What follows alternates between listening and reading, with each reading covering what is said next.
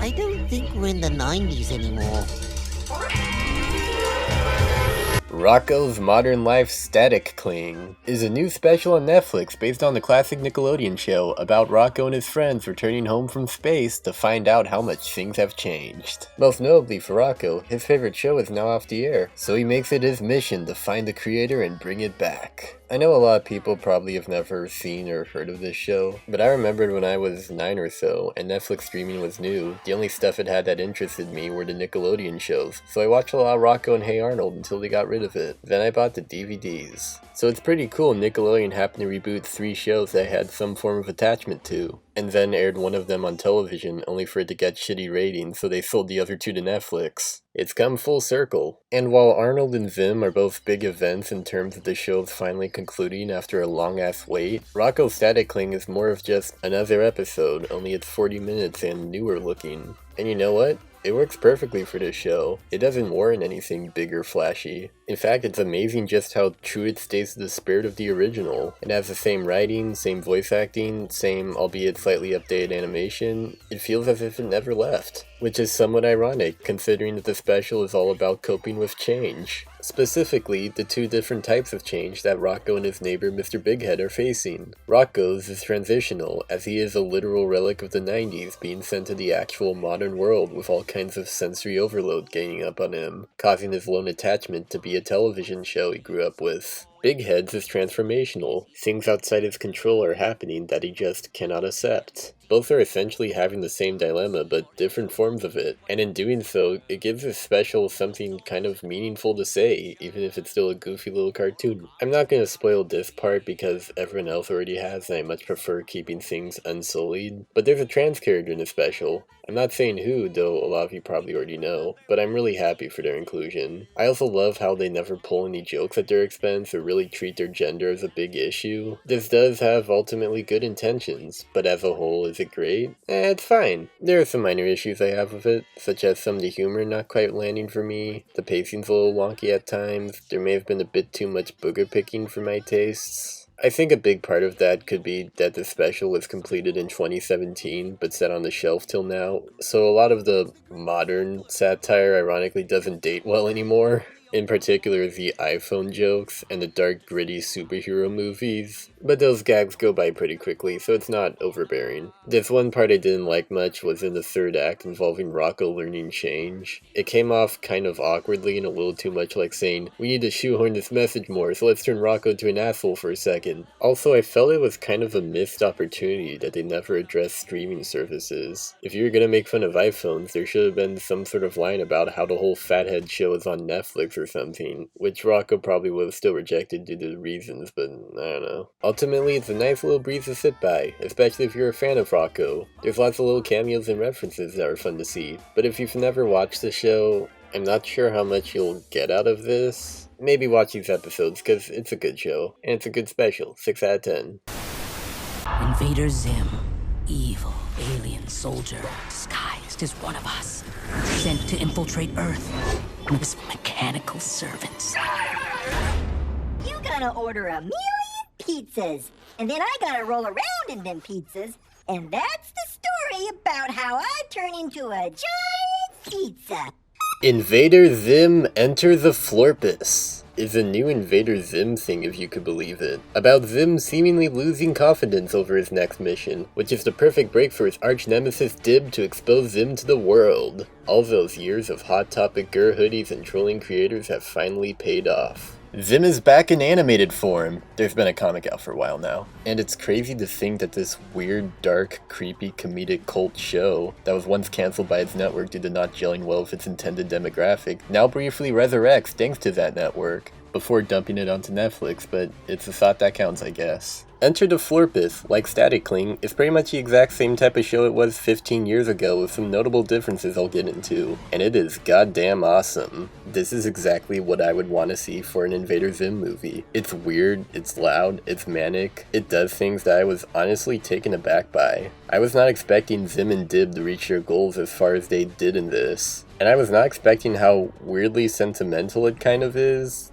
Dib's family actually feels kind of like a family now instead of an abusive, depressing household that it was for the whole duration of the show. Gaz is actually somewhat nice and emotive now, which was a complete opposite before. And Professor Membrane also feels more present. Actually, what's interesting to note about this Invader Zim thing is that Dib's really the protagonist of the movie. His story has the most focus, and Zim has more of a traditional antagonist role, even if he's still portrayed somewhat sympathetically. Gur is still the same lol random meme generator from 2001. The almighty tallest are just pricks. Mini Moose also has a role. Everything's sort of the same, but also kind of different, especially with its visual aesthetic. Everything looks way more rounder and less decrepit looking than the show. There's a much more saturated color palette and a far less grimy feel to everything. That's all possibly chalked up to the fact that series creator Jonan Vakwas has noticeably softened a little, having worked on several children's shows over the last decade, where when Zim was new, his previous creative endeavors were stuff like Johnny the Homicidal Maniac and Squee. Why the hell did Nickelodeon pick this guy? I mean, I'm glad he did, but what was their thought process? And while I do like the overall new look of it, there are times in which the animation was really stilted. There were movements that are very obviously motion tweened, and others looked like they skipped out on keyframes. It probably stuck out to me more because I remember the show having really good dynamic fluid animation, and this often felt like it was made by the same crew behind Modern Arthur. But there are definitely standout visual moments, such as this opening anime parody. My name is Dib Membrane.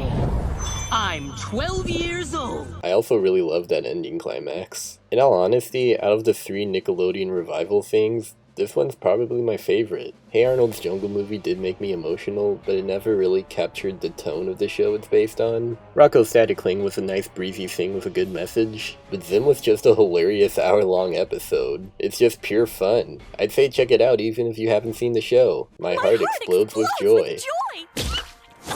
7 out of 10. Well, that's enough Nickelodeon for now. It's time for the cartoon place. The other one. We'll see you over there. Hey! Oh dear. Can Steven save the Earth one more time? More importantly, can he do it while singing? We'll find a way to save the day. That's who we are. Stevie Galaxy, the feature presentation, is the new thing in that Steven and the Crystal Pals have to stop an evil one through the power of song and tears. Yeah. There was a period of time where I really loved Steven Universe. Something about its slice-of-life mentality coupled under a larger mythos really appealed to me at my sophomore age. Then I got really bored by it. There just seemed to be more mediocre episodes and loads of filler to the point where it sometimes felt like the show was wasting my time. But that isn't to say it's awful at all. I can never really call the show bad. Even during its flaws, it's immensely likable, it has great music, and can be fun sometimes, which are all words I could use to describe this movie. It functions more or less like an extended episode, but with slightly tighter pacing and more songs, both of which are exactly what makes it enjoyable. But before I go any further, I'd like to comment on how Cartoon Network really hyped the shit out of this. They aired all these promos, they got Toonami involved in the marketing, they played a marathon of every episode, and they even aired the whole film commercial free. Like, wow, I have never seen them care so much about their own programming that isn't Teen Titans Go. Anyway, let's get into the meat of this. The music and singing are the best part. It is so good. I've been listening to the soundtrack on Spotify, and even without context, most of the songs really hold up. My favorites being the beautifully operatic number during the Disney-like opening credits, the swingy 30s-like villain song, the song that jogs Amethyst's memory, and the cool hip beat True Kinda Love. The scene that particular song was featured in I felt was really weirdly placed, but it's still such a jam. The animation was, for the most part, similar to the show. I get that opinions on the show's visuals have always been kind of divisive to say the least, because while it is perfectly functional and has really great scenery and background art, it is noticeable how often size and proportion gets thrown out the window, as well as certain scenes need to be staged better. But regardless, I wasn't really thinking that while watching, and more importantly, there are standout sequences, with my favorite being the villain having some really fun rubber hose style Fleischer brother moves, especially in her song scene. And as usual, there's a lot of cute character stuff scattered throughout. It's all good, while the story on its own is kinda whatever. Epic adventure and high stakes aren't really words to use while describing Steven Universe, so I'm not surprised with the direction it took. I mean, I guess the concept of a giant drill that's gonna destroy all life on Earth is by all means a pretty big deal, and execution-wise it's treated sorta urgent. I mean, Steven losing his powers can make for some good drama, but for whatever reason I was never on the edge of my seat, despite the valiant effort of showing blood on Cartoon Network. It could be that they already kind of did this with the cluster, and they treated that as even less of a deal. So even though it's touted as a big adventure that could be shown in a theater, it had the story of an arc I'd see during a Steven bomb. Especially the subplot with the gems. When he introduced the whole memory loss thing, I was like, okay, I guess this is the direction we're going. That's not to completely knock it down, it did have nice songs, and some cool new fusions, but while watching it, I was thinking about that episode of Regular Show, where Mordecai and Rigby wake up in the future where everyone is brainwashed, and they had to jog their memories. Literally the same kind of thing, only with no singing. I felt the special that premiered before this, where they encounter White Diamond and they fuse and all that, had more excitement and stakes than this. There's also a certain reveal about the villain, and while it did give her an understandable and sympathetic reason for acting the way she is, I didn't really understand why that led her into wanting to destroy the whole Earth. How's that really gonna solve her issue? How'd she even get access to that giant drill? And the denouement between her and Steven was really obvious. Alright, before I continue, I'm gonna put up a spoiler warning for both this and the Zim movie. I know it's kinda random, but it'll make sense. So if you care about both these things, skip to this link. You have been warned. It makes sense for her to be redeemed. It makes sense that they don't have a big fight scene. Steven Universe, the show and the character, isn't like that. But I am personally starting to get sick of how often these redemption endings are happening. It's starting to remind me of Friendship is Magic. They pull that shit all the time. I guess a big part of me not being as enthralled by this movie as others are is that I felt like I've seen the stuff that this is doing before. I've seen these characters go through these arcs before. I've seen the show do these plotlines before.